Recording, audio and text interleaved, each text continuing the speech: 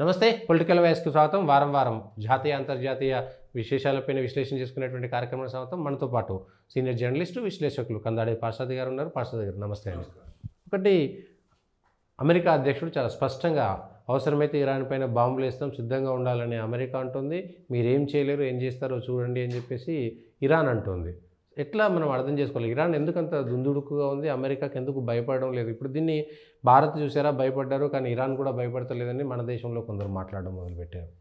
ఇప్పుడు ఇక్కడ ఒక తప్పుడు సమాచారం బయటకేం వస్తుందంటే అమెరికా ఇరాన్ ఇద్దరు గట్టిగా నిలబడుతున్నారు అనే అంశం. కానీ ఒమన్ మధ్యవర్తిత్వంలో యమన్ కాదు, యమన్ మీద దాడులు చేస్తున్నారు. ఒమన్ అనే దేశం మధ్యవర్తిత్వంలో గత డొనాల్డ్ ట్రంప్ వచ్చిన తర్వాత నుంచి అమెరికా ఇరాన్లు రెండు మాట్లాడుకుంటున్నాయి.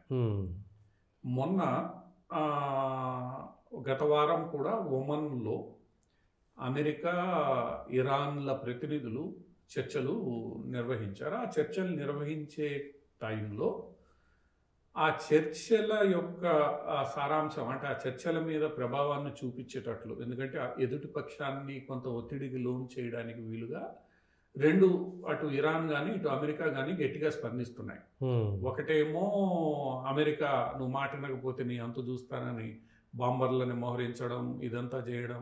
మన హిందూ మహాసముద్రంలో ఉన్న బ్రిటన్ సైనిక వైమానిక స్థావరంలో B-2 బాంబర్లను మోహరించడం, ఇదంతా అమెరికా కూడా నువ్వు మేము చెప్పినట్లు వినాలి లేదా అగ్రిమెంట్కి రావాలి అని ఒత్తిడి చేసే ఇది వెనక నుండి జరుగుతున్నది.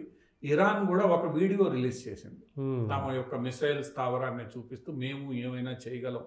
అదే టైంలో ఇరాన్ డిఫెన్స్ వాళ్ళు గార్షియో దీవి మీద మేము దాడులు చేస్తాం, అక్కడ యూకే విషయాన్ని గుర్తుపెట్టుకోవాలి, ఎందుకంటే యూకే వైమానిక స్థావరం, అక్కడ నువ్వు B-2 బాంబర్లను పెట్టిస్తే అని. ఇదంతా కూడా ఈ ఒమన్లో ఏవైతే చర్చలు జరుగుతున్నాయో ఆ చర్చలని ప్రభావితం చేయడానికి, నువ్వు చేస్తానంటే నేను చేస్తానంటే ఇది ఈ మొత్తం ప్రాసెస్లో జరుగుతున్న వ్యవహారం.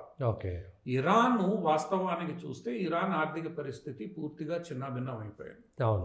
ఇరాన్ ఆర్థిక పరిస్థితి ఈరోజు ఏ స్థితిలో ఉంది అని అంటే, అమెరికా గట్టిగా మొండిగా శాంక్షన్లు విధిస్తే యూరోప్ సహకారంతో ఇరాన్ మనుగడలో ఉండే ప్రసక్తి లేదు. ఒకవైపు ఇరాన్ తన ప్రభావాన్ని చూపించడానికి ఏవైతే గ్రూపులను ఎంచుకుందో, హుజ్బుల్లా కావచ్చు లేదా హమాస్ కావచ్చు, వీటిల్ని ఈరోజు ఒక లక్ష్యం ప్రకారం అమెరికా, ఇజ్రాయెల్ నాశనం చేస్తూ ఉంటే మిగతా గల్ఫ్ దేశాలు చూస్తూ ఊరుకున్నాయి తప్ప వేలు పెట్టడానికి, సహాయం చేయడానికి కూడా సిద్ధంగా లేవు.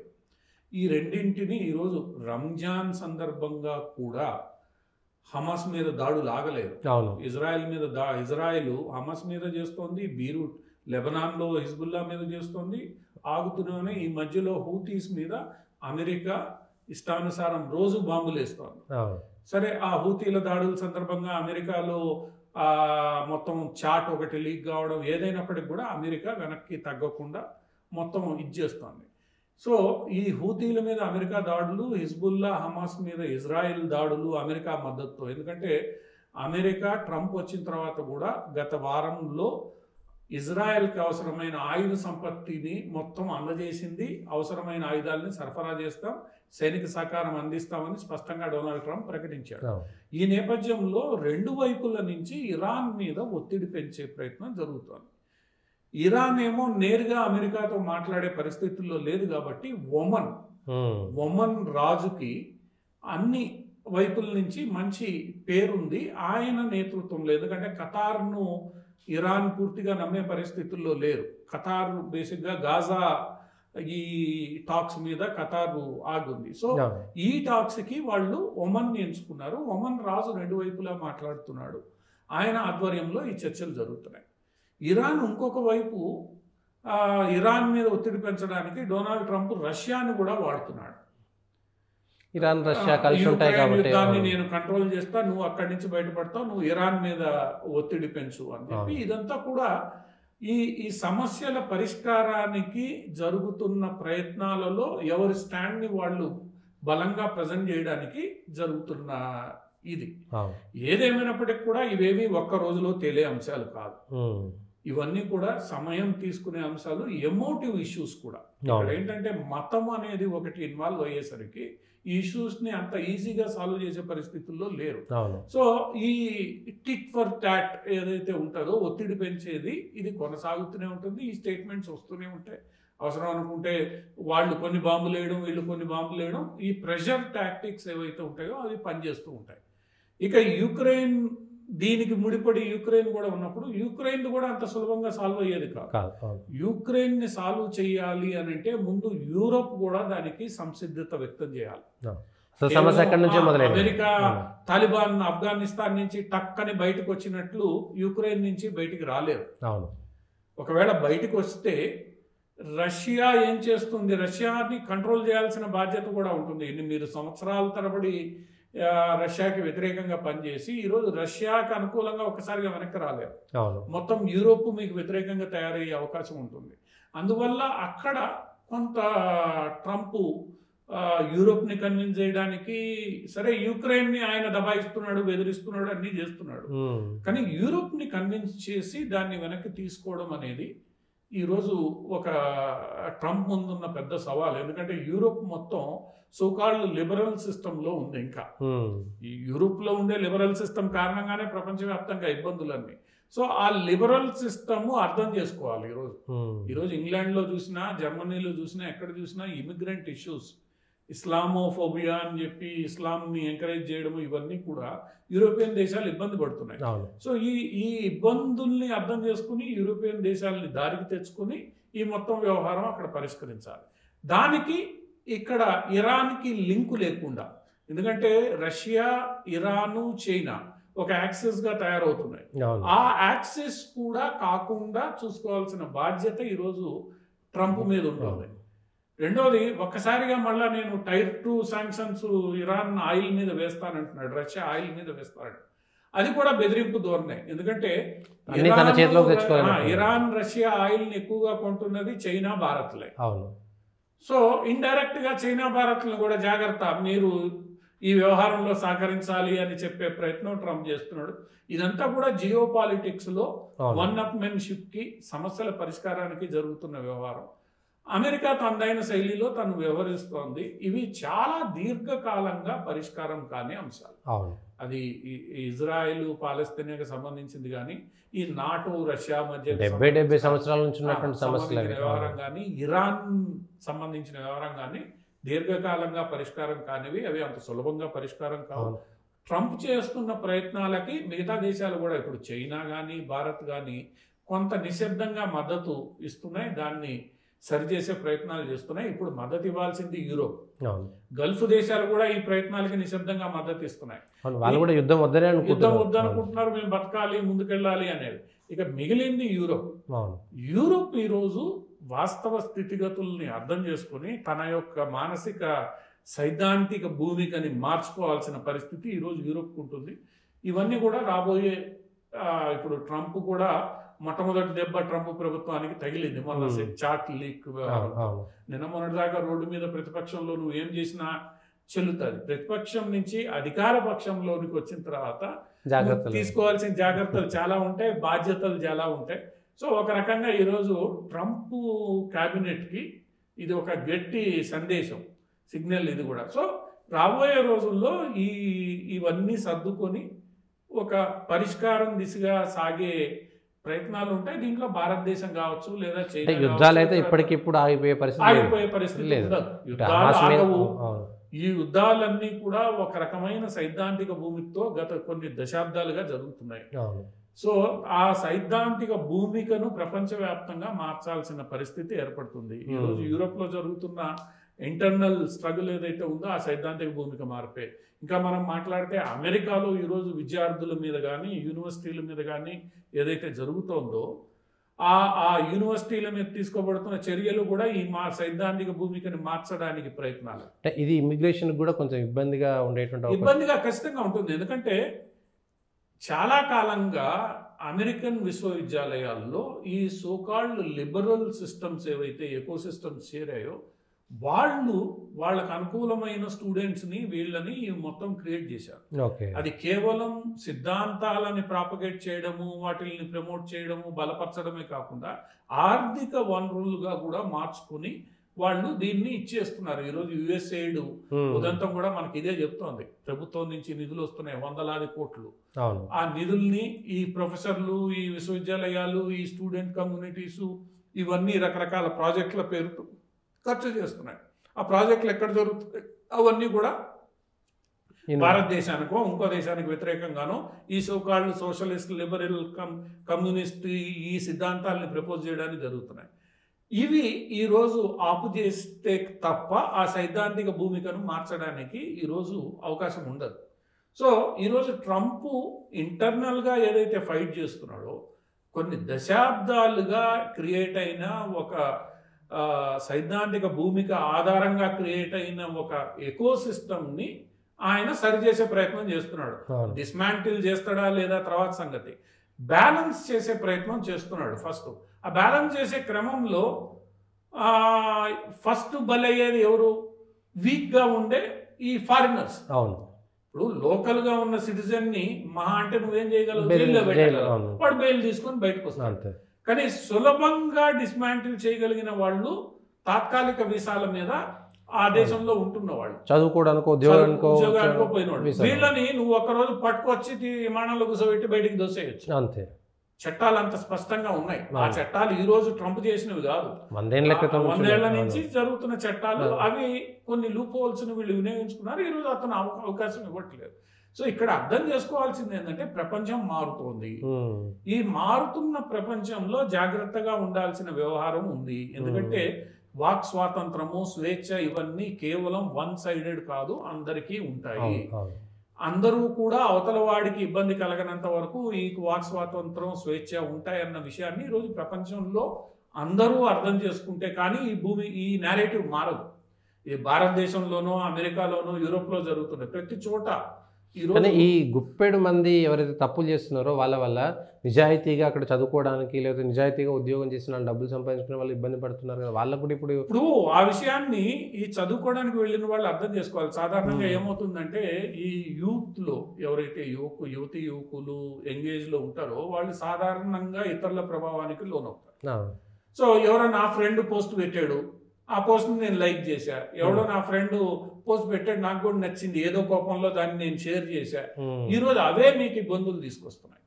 విషయాలని లోతుగా అర్థం చేసుకోవాల్సిన అవసరం ఈరోజు యువకుల్లో ఉంటుంది. తెలియక చేసిన తప్పులు కూడా ఒకసారి అవి ఇబ్బందులకు గురి చేస్తాయి. కొన్ని స్లోగన్స్ మనకి చాలా నచ్చవచ్చు, కానీ ఆ స్లోగన్స్ వెనక ఏముంది తెలుసుకోవాల్సిన బాధ్యత ఈరోజు ఈ యువకుల మీద ఉంటుంది. గుడ్డిగా ఏది పడితే నమ్మకూడదు అనేది. రెండోది, నువ్వు ఇక్కడి నుంచి అక్కడ చదువుకోవడానికి వెళ్ళినప్పుడు అక్కడ చట్టాలని నువ్వు అర్థం చేసుకోవాలి, చట్టాలని గౌరవించాలి. వాళ్ళకి అర్థమయ్యేలా చెప్పే బాధ్యత తల్లిదండ్రులది కూడా. ఈ తల్లిదండ్రులు కూడా ఒక పథకం ప్రకారం ఇవన్నీ నేను చేస్తాను, నా కొడుకు ఏదో ఒక రకంగా సెటిల్ అయిపోతాడు ఇవి అంటే అది కుదరవు. ఈరోజు భారతదేశంలో కూడా మనం ఏం చెప్తున్నాం, తల్లిదండ్రులకి ఏం చెప్తున్నాం, నీ పిల్లలు ఏం చేస్తున్నారో రోడ్డు మీద చూడు, నువ్వు చదువుకున్న చోట పోయి ఏం చేస్తున్నారో చూడు, వాళ్ళు ఎటువంటి గాంజా తాగుతున్నారా, మత్తు తాగుతూ, ఇవన్నీ నువ్వు అమెరికా పంపించే పిల్లలకు కూడా నువ్వు చెప్పాల్సిన అవసరం ఉంటుంది. బాధ్యతలు నేర్పించ. ఇవన్నీ లేకుండా అక్కడికి పోయిన తర్వాత ఏంది, 10 మంది ఫ్రెండ్స్ కలిశారు, ఒక లీడర్ ఇన్ఫ్లుయెన్స్ చేస్తున్నాడు, ఆడు పాల్గొంటాడు.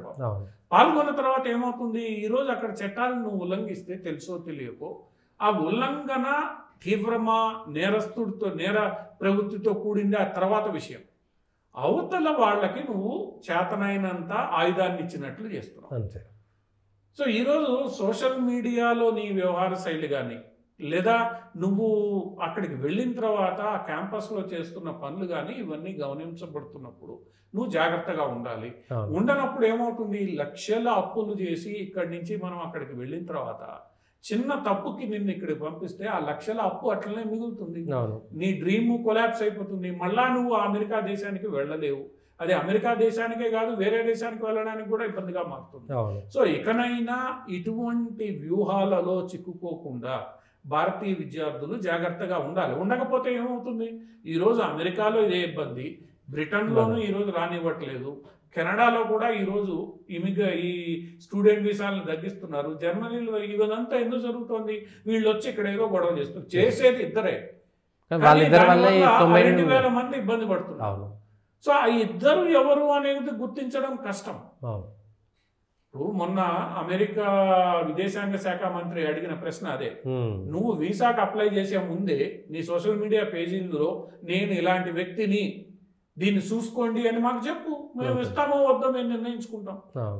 అంతేగాని నువ్వు ఇక్కడ నేను చదువుకుంటా, బుద్ధిగా ఉంటా, చట్టాలని గౌరవిస్తానని చెప్పి డిక్లరేషన్ ఇచ్చి వచ్చి ఇక్కడ మళ్ళా నాకు స్వేచ్ఛ స్వాతంత్రాలు, ఈ చట్టాలు సరైనవి కావు అని బోధిస్తే ఏ ప్రభుత్వం కూడా ఊరుకోదు. భారత ప్రభుత్వం ఊరుకుంటుందా?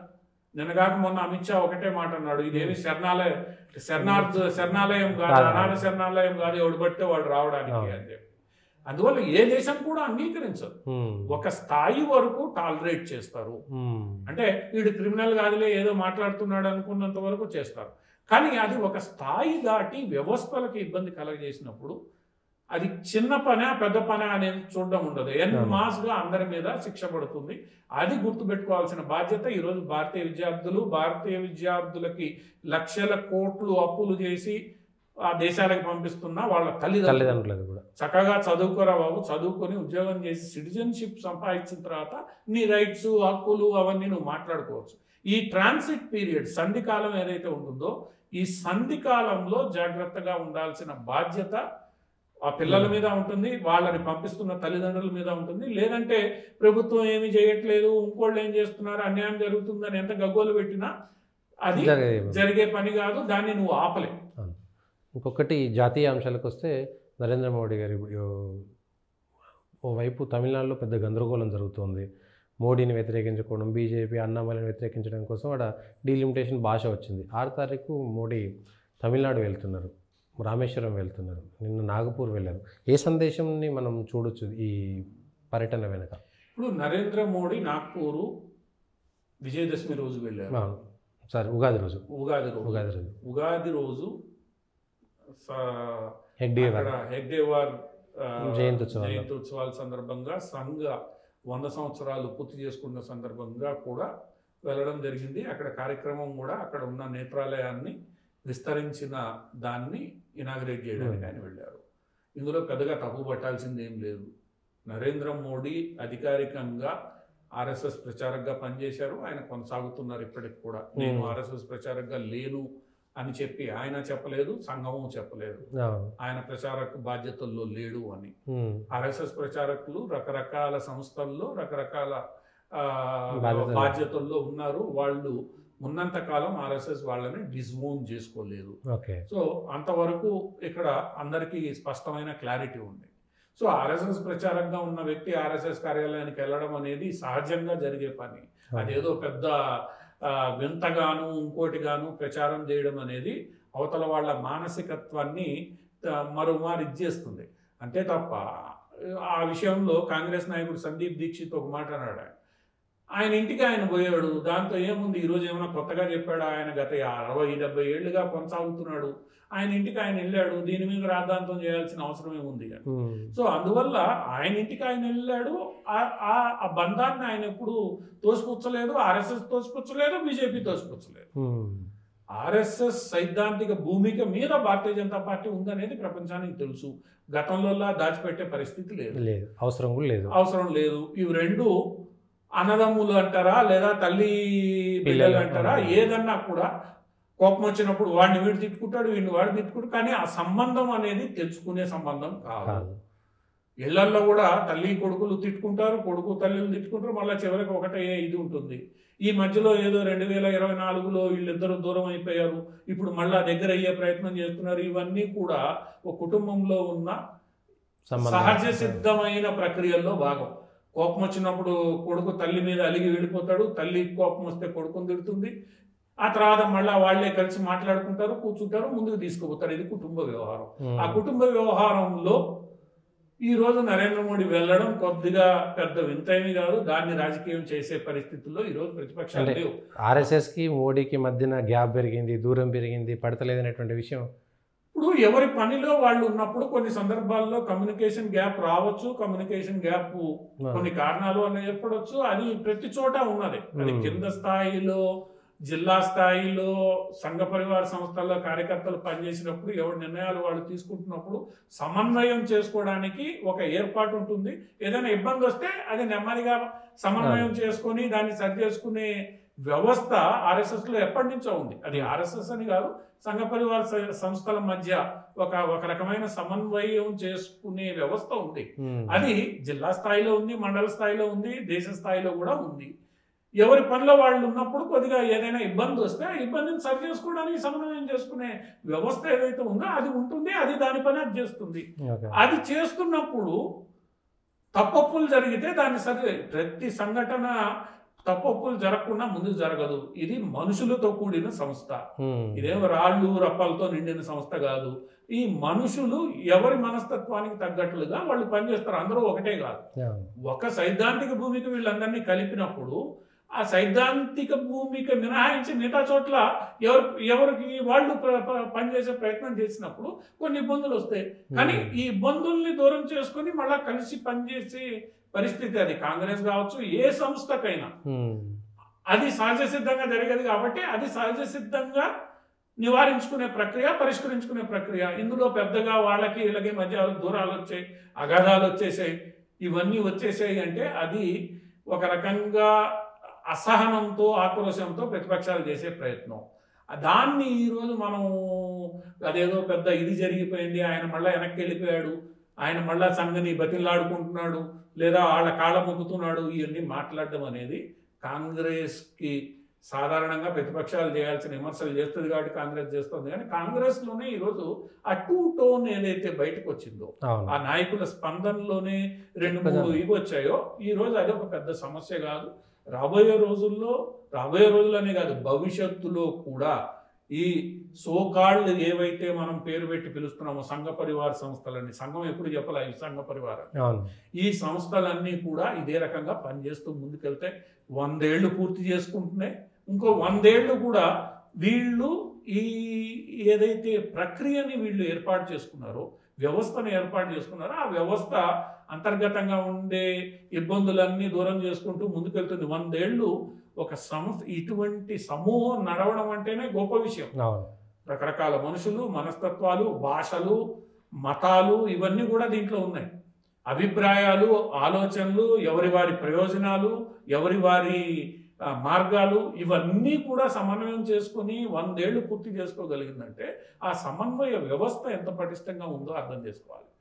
అంటే ఇబ్బందులు వచ్చినప్పుడు దాన్ని దూరం చేసుకునే ప్రక్రియ ఏదైతే ఉందో అది చాలా పటిష్టంగా ఉందని అర్థం. అది ఇంకో 200 ఏళ్ళు ఇంకాస్త రిఫార్మ్ అయి ముందుకెళ్తుంది తప్ప అదేదో డిగ్రేడ్ అయిపోయి వీళ్ళందరూ కొట్టుకొని చచ్చిపోతారని ఎవడైనా ఆశిస్తే మటుకు వాళ్ళకి అది ఆశాభంగం. బహిరంగంగా ఏమి జరిగినా ఒక కుటుంబంలో జరిగే ఇవన్నీ కూడా ఆ కుటుంబంలోనే సమసిపోతే ఆ కుటుంబమే పరిష్కరించుకుంటుంది. ఎవడో బయట వాడిని ఏలుబెట్టి, ఇప్పుడు ఈ 100 ఏళ్లలో బయట వాళ్ళు ఎంత ఏలుబెట్టి ఏం చేసినా ఈరోజు ఈ కుటుంబం బద్దలు కాలేదు. మాట్లాడే విషయంలో, అభిప్రాయాల్లో, విషయాల మీద అభిప్రాయాల్లో తేడాలు ఉండొచ్చు. వ్యక్తపరిచే స్వాతంత్రం ఆర్ఎస్ఎస్లో మొట్టమొదటి నుంచి ఉంది. ఎందుకంటే మనం ఆర్ఎస్ఎస్ శాఖను తీసుకుంటే ఫస్ట్ మాట్లాడే అవకాశం బాల స్వయం సేవకి ఇస్తారు, పెద్దవాళ్ళకి ఇవ్వరు. అక్కడి నుంచి అభిప్రాయ సేకరణ జరుగుతుంది సాధారణంగా. అంటే దాని అర్థం ఏంటి, అందరికీ మాట్లాడే హక్కు ఉంటుంది, అందరికీ అభిప్రాయాలు చెప్పే హక్కు ఉంటుంది. ఈ భిన్నాభిప్రాయాలన్నీ బయటకు వచ్చిన తర్వాత దాని మీద ఒక నిష్కర్ష జరిగి దాని మీద నిర్ణయాలు తీసుకోవడం జరుగుతుంది. అప్పుడే ప్రజాస్వామ్యబద్ధంగా ఒక సంస్థ మనుగడ చేయగలుగుతుంది. అది మొట్టమొదటి నుంచి ఇన్బుల్ట్ అయి ఉంది. దాన్ని ఈరోజు నేను చెడగొడతా, నాశనం చేస్తాను అనే ప్రయత్నం జరిగితే మటుకు అది వీలు కాదు. కొంతమంది చేయాలని చూసినా అది చేయలేకపోయారు. 100 ఏళ్ళు పూర్తవుతున్నాయి. ఈ 100 ఏళ్లలో సాఫీగా సాగిన ఈ వ్యవస్థ భవిష్యత్తులో ఇంకా పటిష్టంగా సాగుతుంది, ఇంకా సమర్థవంతంగా పటిష్టంగా భవిష్యత్తులోకి వెళ్తుంది తప్ప ఏదో మాట్లాడేశాడు, ఆయన అక్కడికి పోయాడు, ఈ కార్యక్రమంలో పాల్గొన్నాడు, ఇదేదో ఇది ఎందుకు. ఇప్పుడు బీజేపీ ఒక నిర్ణయం తీసుకుంది, దగ్గర 12 లక్షల ఇఫ్తార్ కిట్లు ఇది పంపిణీ చేయాలని నిర్ణయం తీసుకుంది. అదేదో పేరు పెట్టారు, సౌగత్ పెట్టి ప్రైమ్ మినిస్టర్ సౌగత్ ఏదో పేరు పెట్టారు. చేస్తుంది బీజేపీ. ఎందుకంటే బీజేపీకి మద్దతు ఇచ్చే ముస్లింలు కూడా ఉన్నారు. అవును. వాళ్ళని రీచ్ కావాల్సిన, వాళ్ళ అభిప్రాయాలను గౌరవించాల్సిన బాధ్యత బీజేపీ మీద. అవును. అంతేగాని ఈ రోజు బీజేపీ ఏదో అప్పిసి బీజేపీలో మైనార్టీ మోర్చా లేదా? అవును. వాళ్ళు మతాన్ని పాటించే స్వేచ్ఛ బీజేపీ ఇచ్చింది కదా, వాళ్ళు పాటిస్తున్నారు కదా. నువ్వు అక్కడ వెళ్ళి మసీదు ప్రార్థన చేయకూడదని బీజేపీ ఏం చెప్పలేదుగా మైనార్టీ మోర్చా వాళ్ళకి. సో ఇవన్నీ కూడా బయట ప్రపంచానికి ఇదేదో భూతం అని చూపించే ప్రయత్నంలో భాగంగా జరిగేవి తప్ప భారతీయ జనతా పార్టీ కానీ అది ఏ వ్యవస్థలో భాగంగా ఉందో ఆ మిగతా సంస్థలన్నీ కూడా ఆ వ్యవస్థలో భాగంగా వాటి పని అవి చక్కగా చేసుకుంటే, అభిప్రాయ భేదాలని దూరం చేసుకుంటే, అవసరమైన విషయాలని కొన్ని షార్ట్ టర్మ్ గెయిన్స్ కావచ్చు, కొన్ని లాంగ్ టర్మ్ నిర్ణయాలు కావచ్చు, ఇవి ముందుకు సాఫీగా సాగుతాయి తప్ప ఏదో కాంగ్రెస్ ఆశించినట్లు ఆయన పోయి అక్కడ ఏదో కాంప్రమైజ్ చేసుకొని వచ్చినట్లు ఇవన్నీ నిర్ణయాలు కాలానుగుణంగా జరుగుతూనే ఉన్నాయి. భారతీయ జనతా పార్టీలో సక్సెషన్కి ఇబ్బంది లేదు, లేదా నాయకులకి కొరత లేదు. కాంగ్రెస్ పార్టీ లాగా ఒకటే కుటుంబం నుంచి నాయకులు రావాలనేం లేదు. నాయకుడు ఎక్కడి నుంచైనా రావచ్చు, ఎవరు ఊహించకుండా కూడా రావచ్చు. అందువల్ల ఏంటంటే భారతీయ జనతా పార్టీకి ఆప్షన్స్ ఎక్కువ. ఆప్షన్స్ ఎక్కువైనప్పుడు ఆలోచన ఎక్కువ చేసుకోవాలి, ఏ ఆప్షన్ నాకు బెస్ట్ అని. కాంగ్రెస్కి ఆప్షన్స్ లేవు కదా. కాంగ్రెస్కి ఉన్నది ఒకటే ఆప్షన్, పైన రాహుల్ గాంధీ లేదా గాంధీ కుటుంబం, కింద ఎక్కడైనా ఎంతమంది అయినా కొట్టుకొని చావండి. వాళ్ళు చెప్పింది చివరికి వినాలి, వాళ్ళ ప్రయోజనాలు మిగతావి కాపాడబడాలి. దానికి అనుగుణంగా నిర్ణయాలు ఉంటే మీరు బాగుంటారు, లేదంటే లేదు. అక్కడ ఆప్షన్స్ లేవు. కానీ భారతీయ జనతా పార్టీలో 100 ఆప్షన్స్ ఉన్నప్పుడు ఏ ఆప్షన్ మంచిది అని నిర్ణయించుకునే ఇబ్బంది భారతీయ జనతా పార్టీ కొంత ఉంటుంది. అది చర్చించుకోవాలి, మాట్లాడుకోవాలి, అభిప్రాయ భేదాలను దూరం చేసుకోవాలి, ఏకాభిప్రాయానికి వచ్చి నిర్ణయాన్ని అంత చేసినప్పటికి కూడా అసమ్మతి కొంత ఉంటుంది, సహజమైనటువంటి విషయం అది. కానీ అసమ్మతి కాంగ్రెస్ లాగా ఉందా? లేదు. అభిప్రాయ వ్యక్తీకరణ అసమ్మతి ఉన్నప్పటికి కూడా దానికి ఒక పద్ధతి, దానికి ఒక లిమిటేషను, దానికి ఒక క్రమశిక్షణ ఇక్కడ ఉంది. కాబట్టే 100 ఏళ్ళు ఈరోజు ఇవన్నీ మనుగడ సాగించగలిగాయి.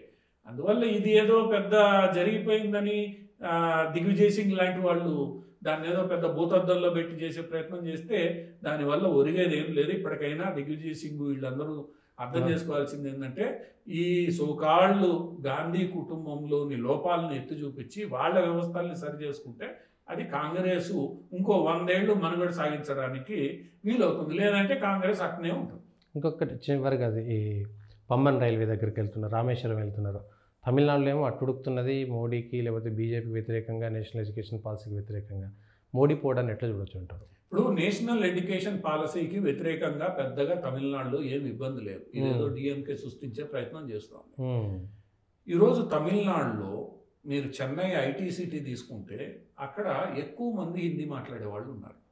ఈరోజు మీరు ఐటీ సిటీ ఏదైతే ఈస్ట్ కోస్ట్ హైవే మార్గంలో ఉందో, ఎందుకంటే చెన్నై నేను చూసినప్పుడు ఆ రోజుల్లో హిందీ మాట్లాడే వాళ్ళు లేరు, తెలుగు మాట్లాడే వాళ్ళే ఎక్కువ, తమిళ్ హిందీ కన్నా కూడా. అటువంటిది ఈరోజు హిందీ మాట్లాడే వాళ్ళ సంఖ్య బాగా పెరిగింది. ఎవరు అభ్యంతరం పెట్టట్లేదు. ఒకప్పుడు హిందీలో ఎవడైనా మాట్లాడితే వాడిని ఒక శత్రువు, చీడపురుగు లాగా చూసే పరిస్థితుల్లో ఈరోజు లేదు. మల్టీనేషనల్ కంపెనీస్ వచ్చాయి. మల్టీనేషనల్ కంపెనీస్ అక్కడ ఫ్యాక్టరీలు, ఇప్పుడు శాంసంగ్ కావచ్చు, లేదా హాడీ కావచ్చు, లేదా వేరే ఆటోమొబైల్ ఫ్యాక్టరీస్ కావచ్చు, ఇవన్నీ ఫోర్డ్ కావచ్చు, ఇవన్నీ అక్కడ వచ్చాయి. వాళ్ళు కేవలం ఒక భాష మీద ఆధారపడి అక్కడ వ్యవస్థలు నడవవు. వాళ్ళకి కావాల్సిన నిపుణుల్ని ఎక్కడి నుంచైనా తెచ్చుకుంటారు. అవన్నీ సక్సెస్ఫుల్గా విజయవంతంగా నడుస్తున్నాయి అక్కడ. సో ప్రజలలో ఈ భాష మాట్లాడే వాళ్ళ పట్ల వ్యతిరేకత లేదు. అది ఉంటే ఈరోజు స్టాలిన్ ఎంత రెచ్చగొట్టడానికి ప్రయత్నించినా ప్రజలు రోడ్లోకి రాలేదు. డిఎంకే తప్ప మిగతా ఎవరు రాలేదు. ధైర్యంగా మిగతా అన్ని పార్టీలు ఈరోజు మాట్లాడే ప్రయత్నం చేస్తున్నాయి. అందువల్ల ఏంటంటే అది కేవలం ఒక అజెండా ఇష్యూని సృష్టించే ప్రయత్నం తప్ప స్టాలిన్ డిఎంకే చేస్తున్నది. ఎందుకంటే ఈరోజు ద్రవిడ పాలిటిక్స్ కూడా ఒక రకంగా ముగింపు పలుకుతుంది. ద్రవిడ్ పాలిటిక్స్ ఏవైతే పెరియార్ దీని మీద ఆధారపడి చేయబడ్డాయో, నార్త్ వ్యతిరేకత సృష్టించబడిందో, కాంగ్రెస్ వ్యతిరేకత సృష్టించి కాంగ్రెస్ మీద వ్యతిరేకత కాస్త హిందీ మీద వ్యతిరేకత, నార్త్ మీద వ్యతిరేకత. అదేమీ హిందీ ఉత్తర భారతం మీద వ్యతిరేకత కాదు, కాంగ్రెస్ మీద వ్యతిరేకత కోసం ఇవన్నీ సృష్టించబడ్డాయి. మరి అదే కాంగ్రెస్ తో మీరు అంటకాగుతున్నారు. ఏ హిందీ ఉద్యమాన్ని తమిళనాడులో కాంగ్రెస్ ప్రభుత్వ నిర్ణయాలకు వ్యతిరేకంగా తీసుకొని వచ్చారో అదే కాంగ్రెస్తో గత 20 ఏళ్లుగా అంటగాగుతున్నారు.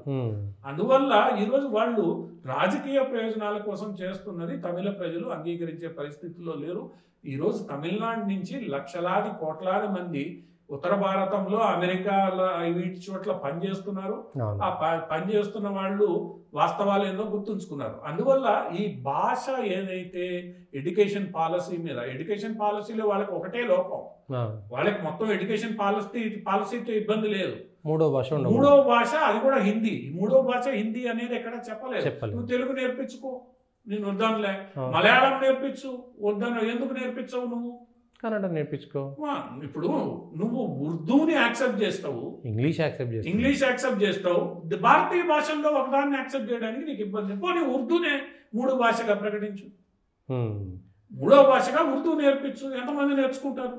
నువ్వు కంపల్సరీ చేస్తే ఊరుకుంటారు అక్కడ?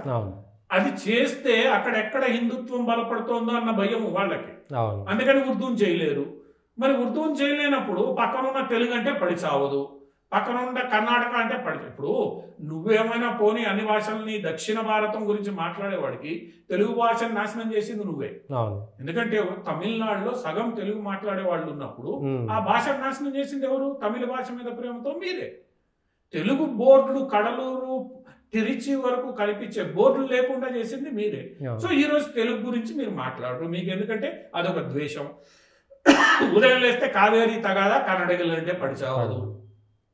సో కన్నడ భాష రాస్తే దాని మీద రంగు పూసింది కూడా మీరే. ఆ తర్వాత మలయాళం, ముల్లపెయార్ డ్యామ్ సందర్భంగా మలయాళం అంటే పడిచావదు మీకు. అంటే మీరు ఈ భాషల్ని అంగీకరించరు, వాటి మీద ఉద్యమాలు చేశారు. ఏమి తగాదా వచ్చినప్పుడల్లా Telugu down down, Kannada down down, Malayalam down down అంటారు మీరు. ఇన్ని ఉర్దూని చేయాలంటే ఎక్కడ హిందుత్వం పెరిగిపోతుందో అనే భయం. మరి ఇంకా మిగిలింది ఏంటి మీకు? హిందీని యాక్సెప్ట్ చేయండి, గొడవ ఏముంది? హిందీ మేము యాక్సెప్ట్ చేయము ఎందుకంటే ద్రవిడ సిద్ధాంతానికి ప్రమాదం. మరి ఏం చేయాలి? ఇప్పుడు సమస్య నువ్వు సృష్టించావు, ఆ సమస్యకి పరిష్కారం నువ్వే చూపించు. పరిష్కారం వీళ్ళు ఏమంటారు? అసలు మూడో భాష లేకపోతే మాకు అసలు ఈ సమస్య లేదు కదా, ఎట్లా ఊరుకుంటారు? దేశమంతా ఒకటే కదా.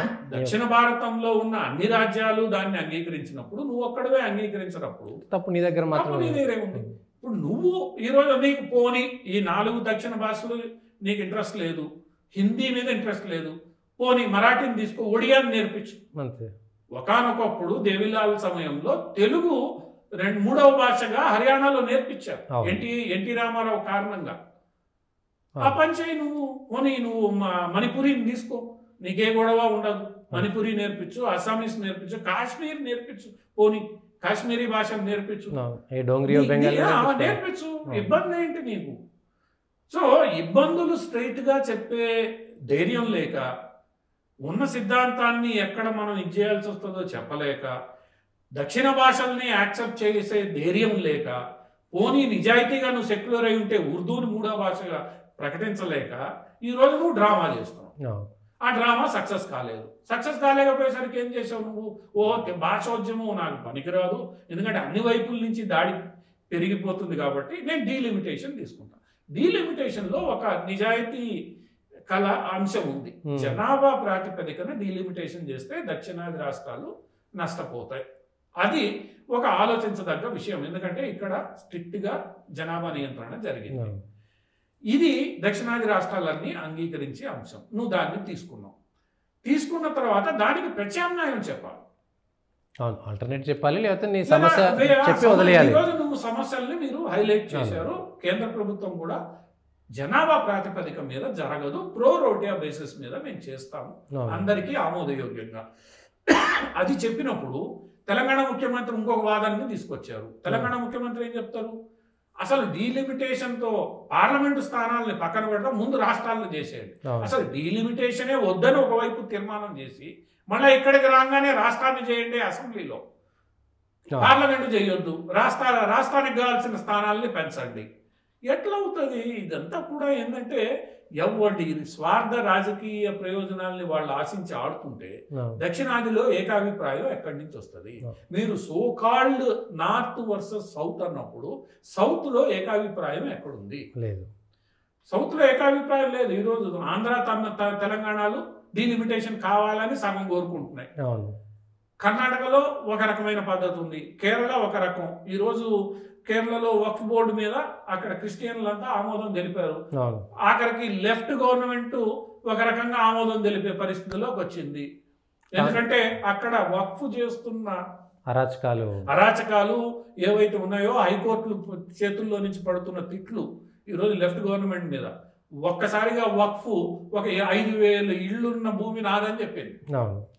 వాళ్ళు 50-60 ఏళ్ళుగా అక్కడ ఉన్నారు. అంతా క్రిస్టియన్ సముదాయం. ఏం చేయాలనో తెలియదు. ఎక్కువ మాట్లాడితే క్రిస్టియన్లకు వ్యతిరేకంగా రాష్ట్రం మొత్తం వక్ఫ్ అంటారు వాళ్ళు. సో ఇవన్నీ ఉన్నప్పుడు ఎవడో ఒకడు పరిష్కరిస్తున్నాడు కదా అని నోరు మూసుకొనన్నా ఉండాలి, లేదంటే అందరికీ ఆమోదయోగ్యంగా మాట్లాడాలి. అవి ఏమీ చేయకుండా ఈరోజు ప్రకాష్ గరత్ గారు ఇంకో స్టేట్మెంట్ ఇచ్చారు తమిళనాడు రాజకీయాలు. ఎందుకంటే రేపు తమిళనాడులో వాళ్ళ ఆల్ ఇండియా కౌన్సిల్ సమావేశాలు ఉన్నాయి. ఆ సమావేశాల సందర్భంగా ఆయన ఏమంటాడు, తమిళనాడులో కూటమి రాజకీయాల్లో పడిపోయి మన ఐడెంటిటీని మనం కోల్పోకూడదు అని ఆయన అంటాడు. అంటే దాని అర్థమైంది, మనం ఉండాలి, డిఎంకే చెప్పింది మనం వినకూడదు. అంటే నీ మూడో భాష సిద్ధాంతాన్ని నువ్వు అంగీకరిస్తావా? అంతే, అంగీకరించాల్సింది. నువ్వు మిగతా అన్ని చోట్ల బెంగాల్లో అంగీకరించావు, కేరళలో అంగీకరించావు, అన్ని చోట్ల అంగీకరించినప్పుడు ఇక్కడ అంగీకరిస్తావా? అంటే ఇక్కడ కాంట్రడిక్షన్స్ ఎక్కువగా ఉన్నాయి. ఎవడి ప్రయోజనాలు వాడు కాపాడుకునే ప్రయత్నం చేస్తున్నప్పుడు, ఈ దక్షిణాదిలో ఐక్యత లేనప్పుడు, ఐక్యత అంత సులభంగా రాని పరిస్థితుల్లో ఉన్నప్పుడు, అందరూ ఒక ఇది వెళ్ళినప్పుడు డిఎంకే ఏదైతే చేస్తుందో స్పష్టంగా ప్రపంచానికి తెలిసిపోతుంది. వాళ్ళు కేవలం రెచ్చగొట్టే స్పష్టంగా భాష కలిసి ఉంచలేదని ఆంధ్ర తెలంగాణ ఉద్యమాలే తెలిసిపోయింది. 2026లో రాష్ట్రంలో జరిగే ఎన్నికలు దాని ప్రయోజనాల దృష్ట్యా వీళ్ళు చేస్తున్నారు. ఈరోజు నరేంద్ర మోడీ మీరు చెప్పినట్లు రామేశ్వరం వెళ్తున్నాడు. రామేశ్వరంతో రాబోయే సంవత్సరంలో నరేంద్ర మోడీ ఎక్కువసార్లు తమిళనాడు వెళ్తాడు. ఆయన కూడా ఒక పార్టీకి నాయకుడు, ఆయన ప్రభుత్వాన్ని నడుపుతున్నాడు. ఆయన చేసే ప్రతి పని కేసీఆర్ ఒక సందర్భంలో చెప్పినప్పుడు, నేను ఇప్పుడు ఉద్యమ పార్టీ కాదు, రాజకీయ పార్టీ, నా నిర్ణయాలు రాజకీయాలు. భారతీయ జనతా పార్టీ కూడా రాజకీయ పార్టీ. ఒక సీట్ గెలవాలని భారతీయ జనతా పార్టీకి కూడా ఉంటుంది, నేను పోటీ చేయాలని ఉంటుంది. ఏం ఉండకూడదా? భారతీయ జనతా పార్టీ రాజకీయ పార్టీ కాదా? ప్రధానమంత్రి వెళ్ళకూడదా? పోనీ ఆ ప్రధానమంత్రి వెళ్ళడం వల్ల నీకేమైనా నష్టం జరుగుతుందా? నీకు ప్రాజెక్టులు వస్తున్నాయి, ఇనాగరేట్ చేస్తున్నాడు, రాష్ట్రానికి ప్రయోజనాలే చేకూరుస్తున్నాడు, నువ్వు కూడా చెయ్యి. కేంద్ర ప్రభుత్వానికి పోటీగా నువ్వు కూడా అభివృద్ధి పనులు చేయి. ఎవరు నమ్మితే వాడు ప్రజలు నమ్ముతారు. నీ సిద్ధాంతాన్ని నమ్ముతారా, అభివృద్ధిని నమ్ముతారో తేలిపోతుంది. ఈరోజు డిఎంకే కుటుంబ పాలనని నెత్తి మీద పెట్టుకొని ఈరోజు వాడు ఉదయనిధి స్టాలిన్ని ముఖ్యమంత్రి చేయాలన్న ప్రయత్నంలో నువ్వు చేస్తున్నవి ఏవైతే ఉన్నాయో అవన్నీ బెడిసిపోతే, ఉదయనిధి స్టాలిన్ ముందు దేవాలయాల గురించి మాట్లాడాడు, హిందూ పూజల గురించి. ఆమె ఆయన తల్లి భార్య ఇద్దరు దేవాలయాల్లో పూజలు చేస్తారు, బహిరంగంగా ఫోటోలు పెట్టారు ఆ సందర్భంగా వాళ్ళు. అంటే వాళ్ళు ఏం సందేశం ఇచ్చారు నీకు? అరే కొడకా నువ్వు మాట్లాడుతున్నది తప్పు, మేము దేవాలయాలకు వెళ్తున్నామని చెప్పారు. లేదు, గమ్మునుండొచ్చుగా, ఫోటోలు పెట్టకుండా తల్లి కానీ భార్య కానీ ఫోటోలు పెట్టకుండా కొడుక్కి మద్దతుగా మౌనంగా ఉండొచ్చుగా. ఉండలే, వాళ్ళ పద్ధతిని స్పష్టంగా ప్రకటించారు. అది బెడిసికొట్టింది. ఆ తర్వాత దేవాలయాల వ్యవహారాలని బెడిసికొట్టింది, భాష బెడిసికొట్టి డీలిమిటేషన్ మీద వచ్చావు. డీలిమిటేషన్ లో కొంత వాస్తవం ఉంది, అది కేంద్ర ప్రభుత్వం దృష్టికి తీసుకెళ్లారు. నిర్ణయం కేంద్ర ప్రభుత్వం తీసుకుంటుంది.